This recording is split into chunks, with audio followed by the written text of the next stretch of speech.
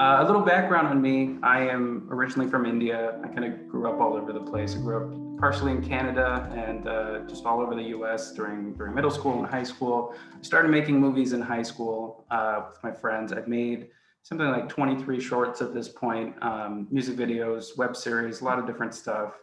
And I hope you don't have to see most of them because they're garbage. But I think that's been a lot of fun for me, and I think that's how you sort of learn, right? And so Brendan and Sam sort of reached out to me, and we talked about doing a class on directing the short film. And I feel confident that as you take more of these sort of little seminars and whatnot, I think you get a lot of sort of input on the how of it, right? Like how do you go budget it? How do you go shoot it and all that? But I sort of wanted to talk a little bit more about the why of it and sort of the ethos and philosophy of film making short films and just because I think I'm going to come at it from a point of view of like the industry and thinking about, sort of as you're making these things, what is the footprint you're leaving behind in terms of your career, and what is a short film going to do for you, right? Both creatively, obviously, and in terms of the presence that you're building for yourself as a filmmaker. So what I'm going to do is sort of offer you one particular way of looking at it, which certainly is not the only way. I'll preface it with that. But I think it's the sort of thing that will hopefully help you think about short films in a slightly different way. And we'll leave time at the end for questions, just because I think that's where I could be additive to you guys as the filmmakers. So I wanted to start off talking about a short film. I'm gonna shoot over the link to you guys in a second, but I had just come off of a drama that I had done that was like 20 minutes long. I call it the everything in the kitchen sink movie, right? In the sense that like, it's a movie that was trying to be everything. Like I said, 20 minutes long and just too much, right? And I love that movie. I'm very happy with it, but I distinctly remember wanting to do something sort of different and in more of the genre space, in the horror space. And so I did this short called Inferno, and Inferno came together very quickly, right? It was the sort of thing where like, I think I woke up on some morning in September and was like, I want to make this movie. And we had shot it in January. So it came together very quickly. Great crew, great cast, just had a blast making that movie. And then what sort of happened was I made that short and I started talking to a manager who saw it and was really sort of into it. We talked for a while, and the short also ended up on a platform called Alter, which is really good for horror shorts. And all of this was happening, and my manager got me a meeting at New Line, which is a great studio. Has done the Conjuring movies, It, and all that stuff in the more recent years. And it was this really insane thing where I got a movie at New Line with James Wan producing it based on the strength of the short. And it was sort of a whirlwind process, and I pitched a lot and all that, but then I got attached. And then I got repped at WME, which is one of the top agencies. And basically I have 2 more movies now in development, all features. And I think I got incredibly lucky that my short resonated with people sort of the way it did. But I think there's a lot of sort of questions and ideas that I've gotten from that experience that I want to share with you guys sort of today. So let me start off by sending you the short. It's 7 minutes long. If you guys want to take a look, it might be productive to the conversation a little bit. So it should show up in the chat if we want to take a quick break and take a look at that.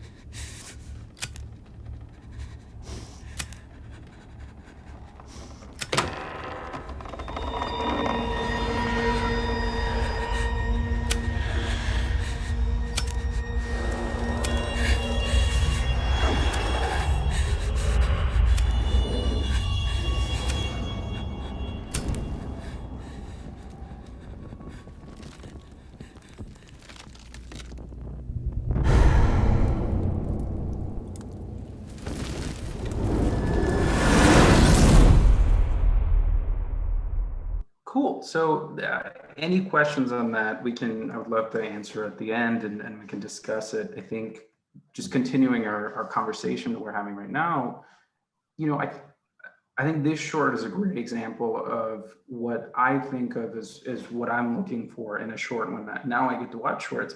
I see a lot of shorts that I feel like are, like I said about my previous one, everything in the kitchen sink, right?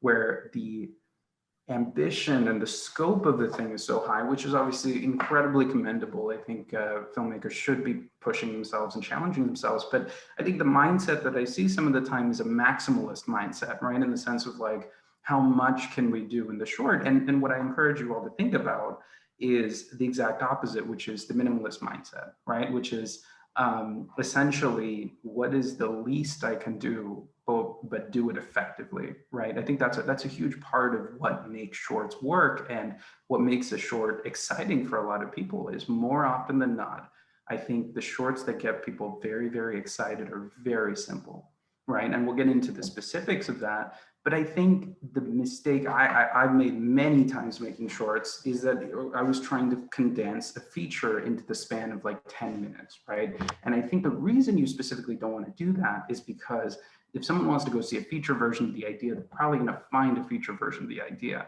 And by their very nature, shorts don't give you enough time to sort of develop a clear sort of narrative arc for a character, right? They don't allow you to do this and that and that. And so, you know, unless you're the genius who can fit the most compelling character arc into 10 minutes, which there are people who can do that, and it's brilliant. I think what is worth thinking about is how can I strip down the sort of cosmetics, right, of the movie going experience, and just give the audience something very simple and clear and something that is an experience. So what I'm looking for now, I'm in the position where I get to watch shorts and say, well, here's what we could do, and you know, I could take you to this person, we could talk to this person.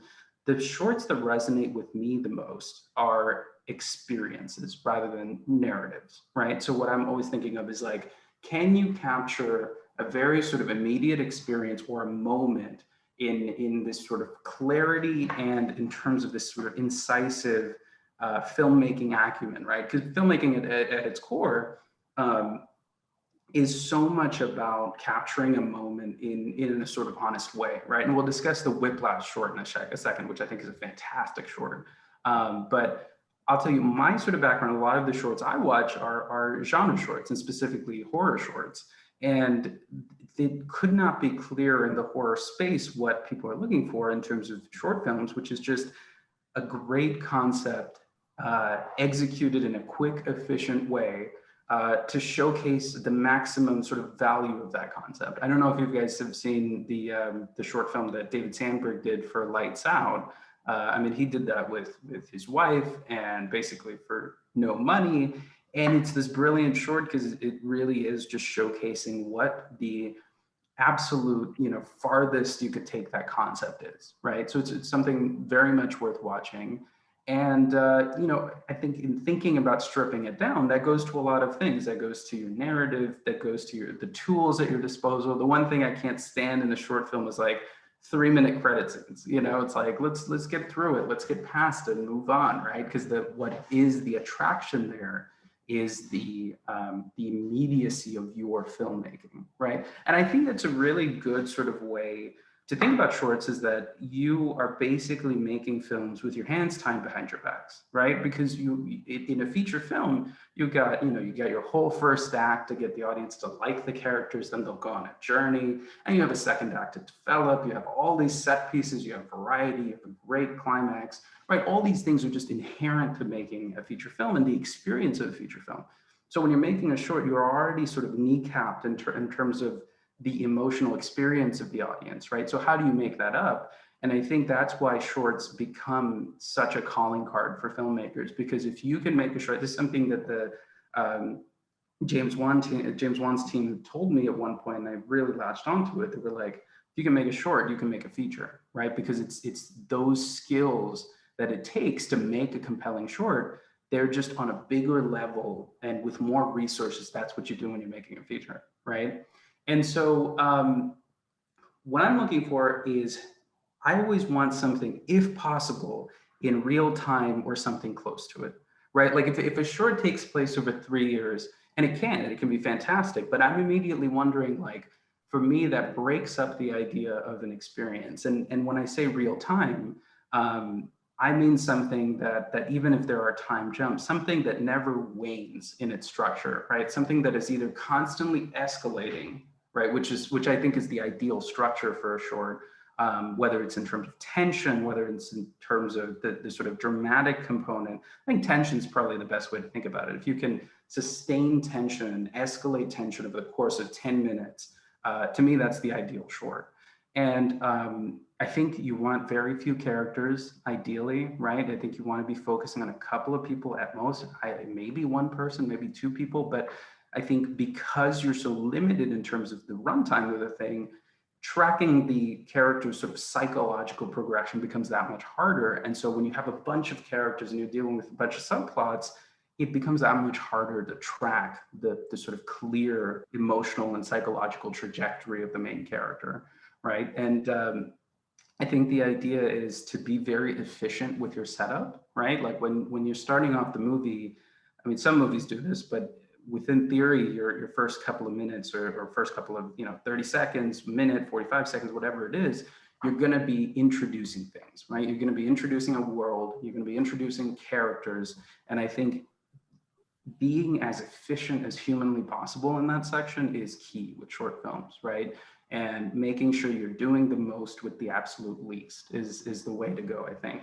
And then I think once you've gotten to know the characters a little bit, then it's, to me, about an unbroken and sort of linear path to a surprising conclusion. I think, they say endings are important to feature films. I think they're even more important to short films, right? You can make a great short, and if it doesn't leave you with a sort of like a feeling of a peak, I think the short loses its impact on you a little bit, right? So I think endings in short films are incredibly important, and more importantly, like, think about, is there a way to make this a surprise, right? Is there a way to make this something that, first of all, the audience hasn't seen in this particular movie before, and without it ever becoming inorganic, with it continuing to feel like this is an escalation of the foundational idea that defines the movie, right?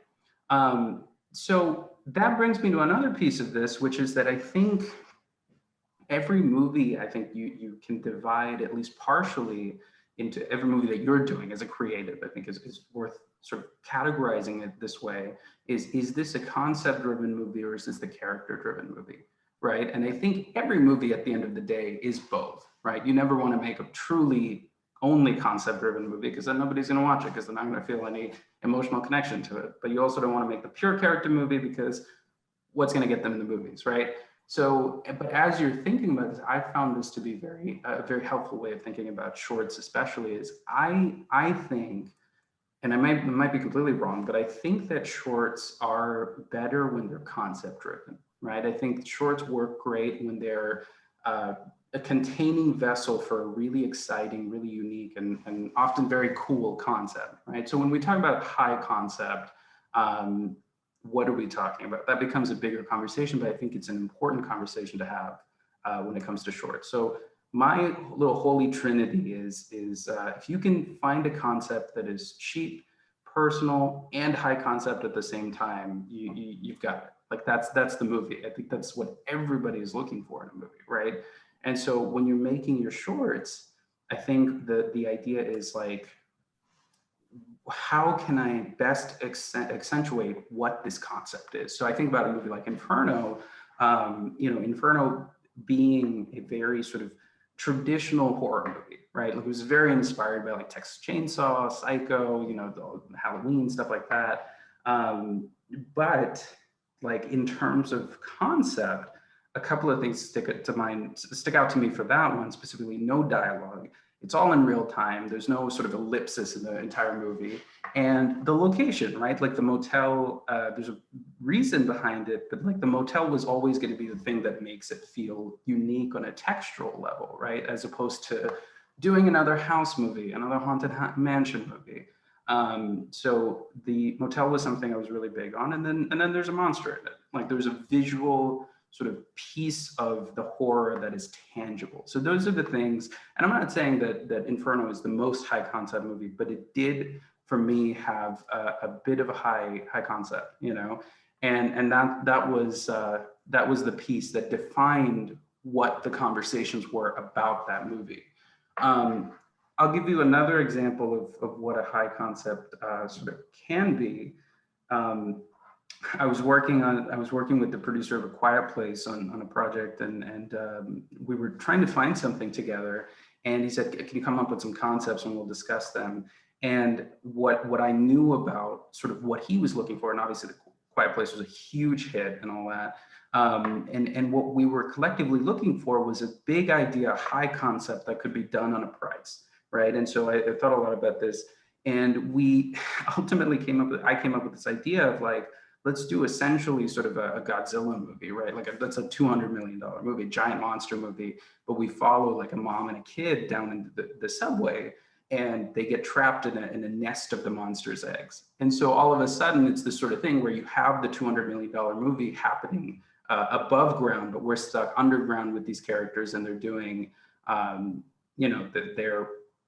they're dealing with a much more suspense-driven movie than a sort of spectacle-driven movie, right? So I think of that one not because it's the best concept in the world, but because it sort of satisfies that holy trinity a little bit, right? In the sense of like, it is a unique way into a genre that we all know very well, which is the monster movie genre, and it's also cheap, and it feels sort of unique, and it feels clever, right? Because all of a sudden now, while Godzilla's rampaging above, we're trying not to initiate the eggs or something, right?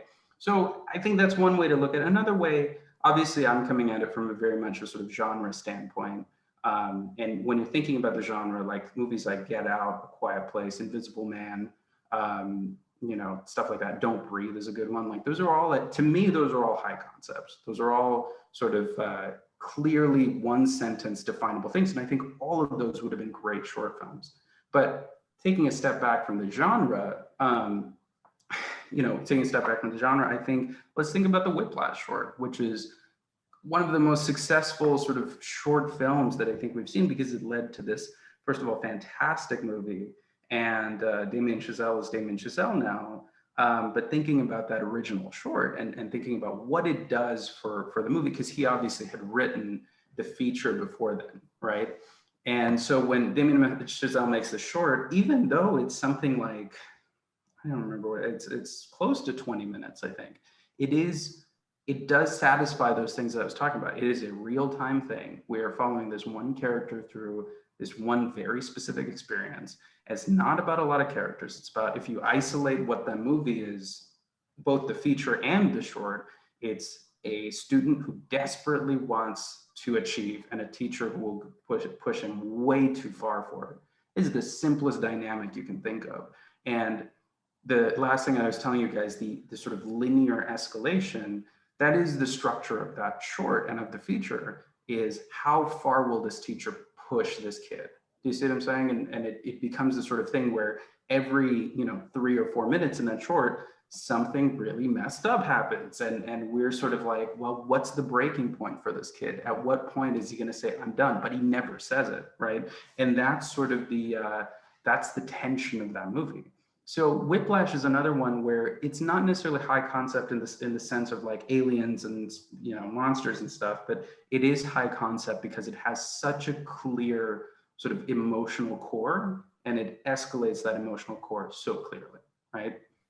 So I think that's something to think about.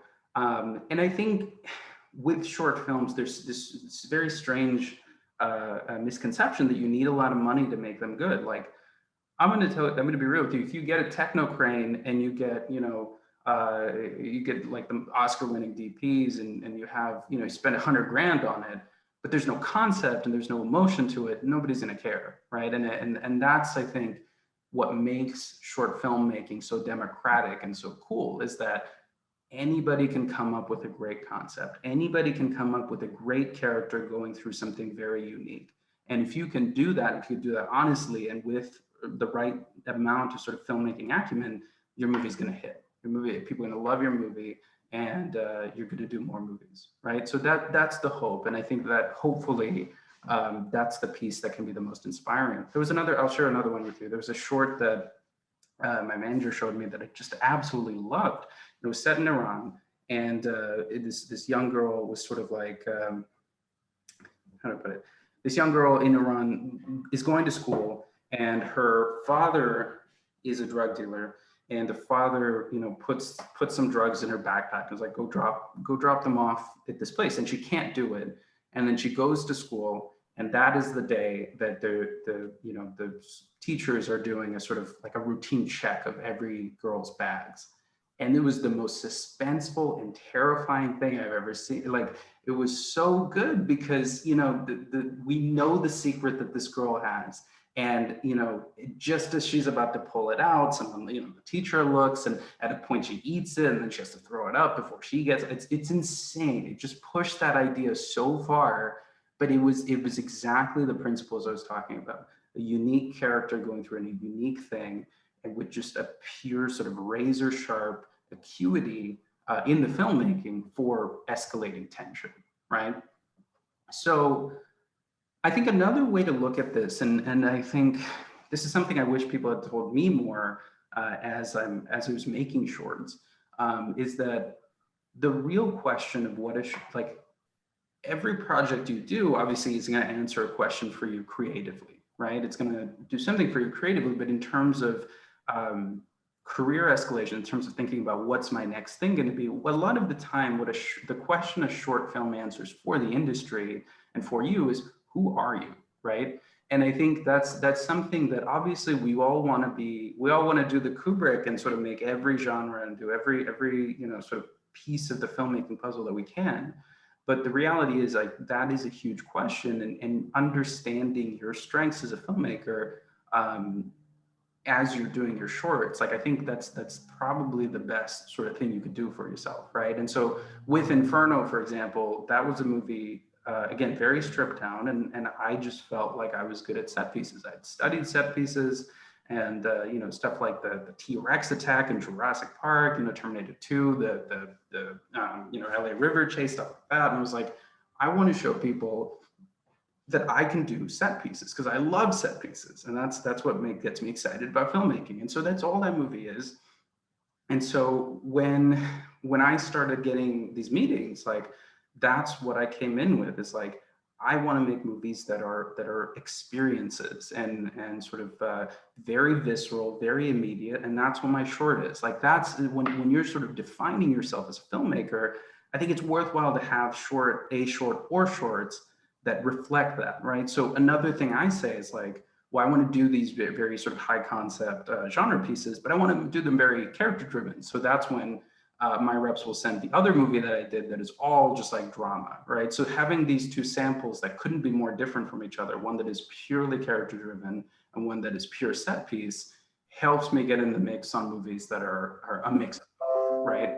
And so the thing I encourage you to think about as you're doing your shorts is sort of like, what is my identity? Because I don't think you want to think of it as like, what is my style, right? Like, you don't want to be writing your autobiography before you've ever made a movie. I don't think that's the sort of the way to do it. And I think if you get too caught up in the idea of like, what is my style? What is my brand? I think that'll do you a disservice. But what is my identity? And that question usually comes down to, what kind of movies do I like? What excites me? Like, and even go back to when you started making movies in the first place, what excited you about doing all this, right? And sort of reconnecting with that impulse and thinking about, what am I good at and what would I like to see? That's it. If you can answer that question for yourself and make shorts that fit in that mold, then if you send me your short and you say, send it to this person, I'm going to say, all right, I have X and Y on the phone. This filmmaker is incredible. This is who they are. And here's the short. Check it out. You're gonna love them, right? So that's essentially how you want a short to function. And that's why I'm sort of pushing for getting away from the idea of like the everything in the kitchen sink approach. Do one thing really well in a short is my biggest advice to you. I wanted to just shoot over some small pieces of advice, and wherever you are in your process, I think hopefully these can be helpful. I think someone that I'm working with very closely now told me, this is the hardest thing to ever hear as a filmmaker, but he told me when he first saw my short, he was on the phone and he was writing an email, and he just pulled up my short on some part of his screen, and he was just like playing it, and I think it was like a minute in that he was like, all right, I gotta hang up, and he closed out of the email, and then he really started watching. So it's tough to hear as a filmmaker, but it's also the reality of sort of how things get seen. And what it tells me at the end of the day is that you have to hook your audience, and you can't let them get lost. You can't lose their engagement. And so as you're watching your movie back, as you're watching your cut, or you're planning out the shots or whatever, I think really think about your short in that space of like, somebody's watching this while writing an email on a phone. Are they going to put down the phone, close out the email, and sit down and watch your short, right? Like that's the question. I think cut your darlings. Like I just saw a short from a filmmaker that wasn't getting as much traction as she sort of deserved. And it was this absolutely incredible movie, but with this sort of frame story, right? Like it was a couple of guys in the 40s, but we come into the story in the present day with one of the guys that's older. And I get that as a narrative device, but the moment we cut to the 40s, this movie just becomes just the most beautiful short film I've ever seen. And so my thought was like, let's cut the stuff in the present day. Like, why do we need this stuff when we can just get into what makes the short great right away? So, even if you've spent all your money shooting this stuff and this great crane shot and whatnot, if it's not serving the story, I say cut it, And then the last piece of this has always sort of helped me in a movie like Inferno, where obviously it doesn't have a clear sort of A to B like character arc. Is I think one thing a short can do to be really good is be a sort of very clear emotional and psychological progression for a protagonist, right? If you have a main character in your short and they're going on this journey, they're reacting to things, they're experiencing the situation. What I want to see as a viewer is that I understand why these characters, first of all, make the decisions that they make, and second of all, that there feels like a truly an A point and a B point, right? So this gets into the minutia of like, if you're directing your short, if you're in pre-production, just work with your actors to think about like, where is this character in every moment, and how does every sort of camera choice, sound choice, whatever, how does that reflect that? And then if you're cutting, like really, I think what's sort of helpful for me is as we're doing rough cuts of the movie, is to track linearly. Okay, right now she's feeling this, and right now she's feeling this, and right now she's feeling this, but this is why she does this. And if that sort of doesn't make sense to you, then I think there's some adjustment needed, because the psychological clarity of a human being, I think, is one of the biggest things that makes a short film work. Is that you can, despite not having the 2.5 hours to dig into that character, just leaving the audience with someone that feels like a human being, making real choices, and still making the wrong choice or the right choice. That is how you leave a short film sort of in the mind of an audience, you know, that they keep thinking about it at the end. So those are some basic, very sort of minute thoughts I want to share on my filmmaking process, and hopefully some of that sort of stuck for you guys. And yeah, at this point, if you have any questions, if there's anything I can sort of answer for you, I think it's a good time to sort of transition to that. So feel free to unmute yourselves, or you can also type in the chat any of your questions, whatever you're more comfortable with. Yeah. Whatever it is. Or if there's a specific piece that I talked about that you want to speak about more, happy to speak about that. Well, thank you for all of that, Bishal. I was taking notes the entire time. It's really great. I've been writing a short for over a year, and yeah. I'm struggling to pull the trigger in terms of when I feel ready to shift more seriously into production, because I'm so OCD focused about making it perfect. So I'm wondering how you determine when your script is good enough as a foundation to move into production, and if you have sort of a typical timeline for your shorts. Totally. That's entirely dependent on the particular short you're working on, but. Totally. I mean, I am of the belief, and this is something I've sort of learned working on features on the development side and writing them, is like, your script is going to be changing until the day you lock picture, right? Like that's kind of the reality of it. And I think it's very liberating, because to me, it's like, on the page, I need to get a skeleton of the movie down, right? And then every piece of the puzzle that I add, the movie gets a little better, the movie gets a little clearer. When I'm talking to my DP, like, the script isn't locked, right? It's sort of like, oh, okay, well, if we do this, we could do this. I think for me, the most significant thing is talking to actors, right? When you write a character and you bring the actors in, that I think improves the script so much when you give them input. And then the reality is, like, with any kind of movie, I think its script is incredibly important. You want your script to be as good as possible, but like for a movie like Inferno, we test screened that. You know what I mean? And it was the sort of thing, like, I just showed a bunch of people and without any context, and just sat them down and watched their reactions. And it was clear that certain things didn't make sense, or certain things weren't sort of resonating. And it was like, all right, let's re-edit, or let's reshoot some stuff. I think part of your question of like, when do you know if a script is good enough? It is never going to be good enough. So budget yourself for a reshoot day. Always budget yourself for a reshoot day, because you want to do some pickups. You want to do some things that after some test screenings, you see, like, we're missing this footage.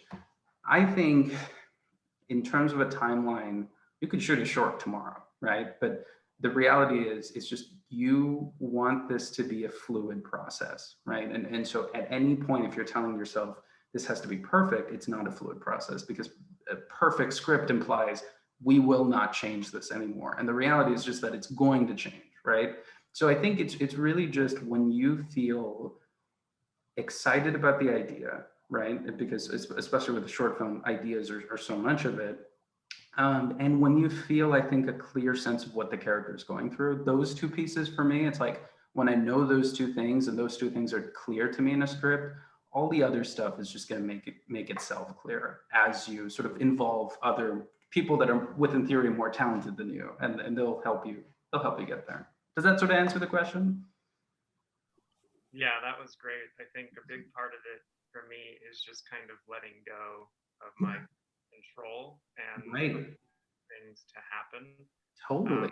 I hate production. I hate like making the movie, because the sort of movie that you had in your head, that's where it goes to die. You know, that's where all the sort of compromises happen and all that. But I find that the most exciting part of the process for me is editing the movie, and I work with a great editor.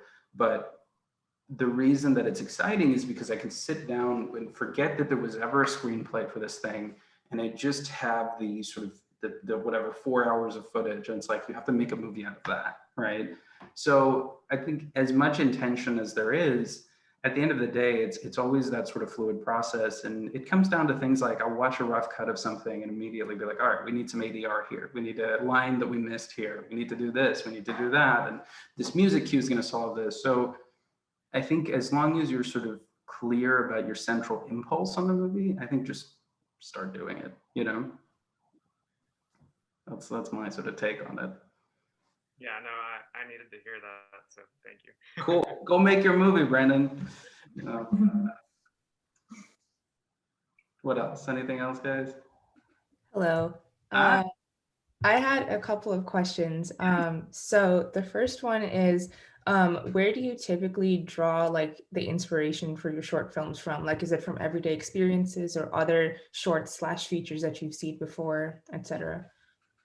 It's definitely sort of a mix. For me, most of the inspiration is coming from other movies I've seen and other movies I've really liked. And honestly, I've seen, I think, I'd like to hope a lot of movies, and I really enjoy them, but the sort of core impulse, I think, for me is always coming from a select number of movies that were just like really formative for me.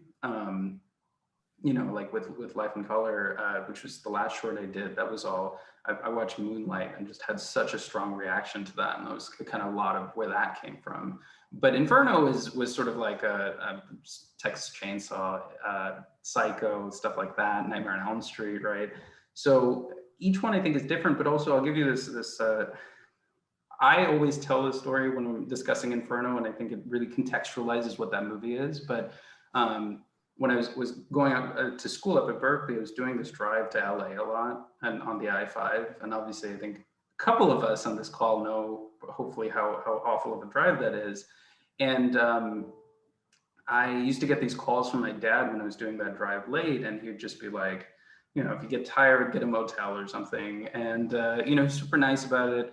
And then one day I get a call from my dad, and he's like, hey, even though I'm doing the drive, and he's like, even if you're tired, just like don't stop in the middle. And I was like, Dad, what's going on? And he's like, there were these hate crimes against Indian men in like North Carolina or something, and it was very bizarre. And he really sounded scared, and he was just like, don't stop in the middle, just like keep driving. And that was, I think, I'd always obviously wanted to do horror movies, but that was the impulse behind Inferno, was the idea of like stopping in a place that you don't feel safe, and then like what could happen, right? So I think it's a mix of the two, right? Where it's like that experience, obviously I was like, oh my God, I have to do a sort of horror movie about that. That sounds so scary. But then in terms of filling in the texture of what the movie is, I think it all comes from, for me, other movies. And you know, the end of the movie, even where the flashing sort of flickering light thing is happening, that was an homage to the end of Rear Window, when he's got the camera and he's flashing that. So the sort of inspiration, I think, is different on the level of like, there's a sliding scale of scope of inspirations, but I would say the more granular you get, the more, for me, it comes from like other movies that I really like. Does that sort of make sense? Yeah, definitely. Good to know. And yeah, the second question that I had was, you mentioned how it's kind of difficult to like get people, like you mentioned the person who was like on a phone call and then stopped to watch the movie. But I was wondering if there are any like aspects of the film that you try to amp up in those first like 30 to 45 seconds that pulls them in and makes them keep watching. Totally. I think so that's, I think, a really good question, and specifically in the context of Inferno. Originally, in the original cut of the movie, and Brendan, speaking to your question about the script, all the way until we cut that movie, and in the script, there was no opening jump scare. It just started off with a woman waking up in the, she wakes up in a motel and she's looking around. She's very confused. That's all it was. There was like a close up of a watch or something. And then I started showing that to people, and immediately everybody just tuned out. And I was like, oh man, this is a 7-minute movie, but it gets scary at like the 3-minute mark. And nobody cares. Like everybody, people immediately sort of lose the interest in that. And that's why we added that piece at the very beginning. I think if you're thinking about it in the terms of like a graph, a short film that starts here and is always escalating is a little difficult, but a short film that starts high and then maybe sort of dips down for some setup and then gets high again, like that's sort of the best way to do it. And it was even the question of like how, because Inferno starts off with 3 seconds of silence and then there's a really loud note, right? There's a really loud music note. And it was a question for us of how loud do we make that note, right? And I was like, let's make it as loud as humanly possible, right? And just like, if you're watching that movie, you're like, all right, this is gonna be something, that it shocks you, that it maybe isn't the most pleasant thing, but it sort of hooks you, right? So I think those first 30 seconds, and look, not all of us are making horror movies, right? So you can't put a jump scare at the beginning of everything, but to even start off on an image that feels like it's going to invite something, right? Like the worst thing I think you could do is start off with an image or a sound or something that just doesn't tell us anything, that doesn't hook us, that doesn't get us excited for the movie that we're about to watch, you know? That sounds bad. I was like the worst thing you could do, but I think your question is very good, because it's like, what does it specifically take to get people sort of watching the movie? And I think that's the answer. It's just immediately either give them a question or give them a jarring experience and force them to sort of sit through the rest of the movie to figure out what it is they started, you know?